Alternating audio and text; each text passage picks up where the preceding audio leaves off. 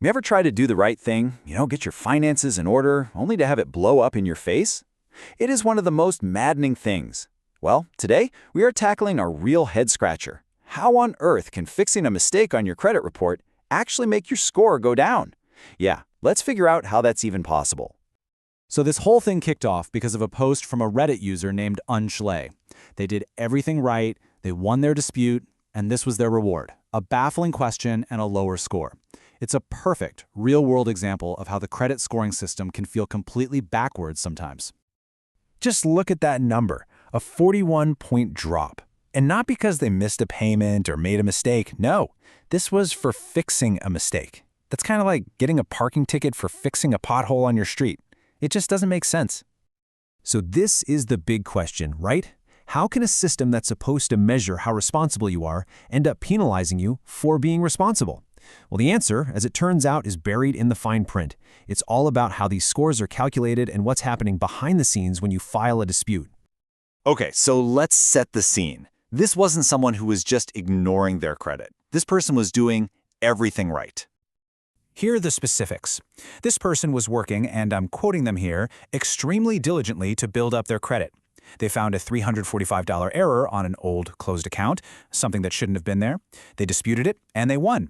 The error was removed, but instead of seeing their score go up, it plummeted by 41 points, which, they said, gave them a sunken heart. And you can totally understand why. All right, so what happened? Why the big drop? It really comes down to two main things. First, knowing exactly which credit score you're actually looking at, and second, this weird little hiccup in how the system treats accounts while they're under investigation. Let's break those down.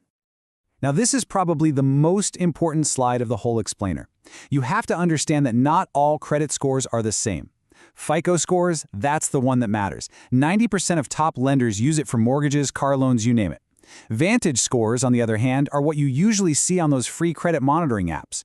They're useful, but they're known to be way more sensitive and can swing wildly. And get this, in our Reddit user's case, their FICO score was, in their words, rock steady. It didn't budge.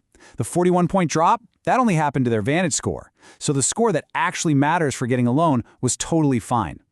And that leads to the second reason, which is just a strange quirk of the system. See, when you dispute something, that account gets temporarily pulled out of your score calculation. It's like it's invisible while the investigation is going on. But once the dispute is over, even when you win, the corrected account suddenly gets thrown back into the mix. This sudden re-entry forces the whole score to recalibrate, and that can cause a temporary dip. But, and this is the good news, other users who've been through this say their scores usually bounced right back up within a month or two. So, after hearing all that, you might be thinking, should I even bother disputing errors? And the answer is yes, absolutely. A clean, accurate credit report is non-negotiable. You just need to go in with the right game plan. So, let's build your playbook. The actual process isn't that complicated. Step 1. Get your reports. Go to the official, federally authorized site, annualcreditreport.com, and pull your files from all three bureaus. That's Equifax, Experian, and TransUnion. Step 2. Go through them with a fine-tooth comb. Seriously, line by line. When you spot an error, you move to Step 3. Gather your evidence. Finally, Step 4. You send in your dispute, and you always want to do this in writing. So what kind of proof are we talking about? Well, the Consumer Financial Protection Bureau suggests things like a copy of your credit report with the mistake literally circled or highlighted. You'll want copies of bills or bank statements that prove your case, maybe letters you've already sent to the creditor. And the number one rule, the golden rule, is right there at the bottom. Always keep your own copies. Do not send your originals. You are your own best advocate.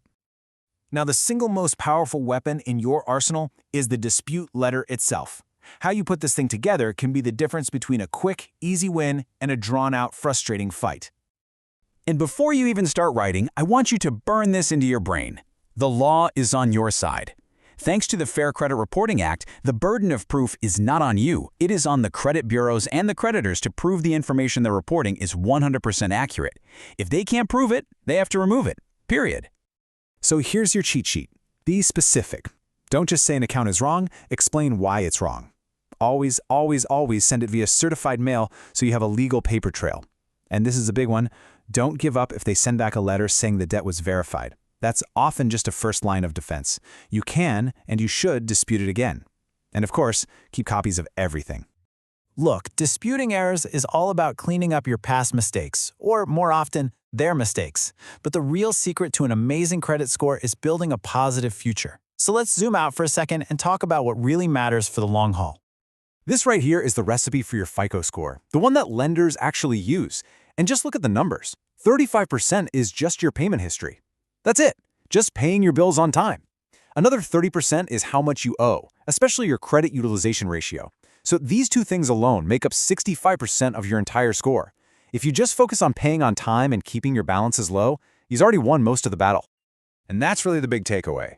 Yeah, seeing a temporary score drop after you did the right thing is super frustrating, but it's just a tiny blip on a much longer journey.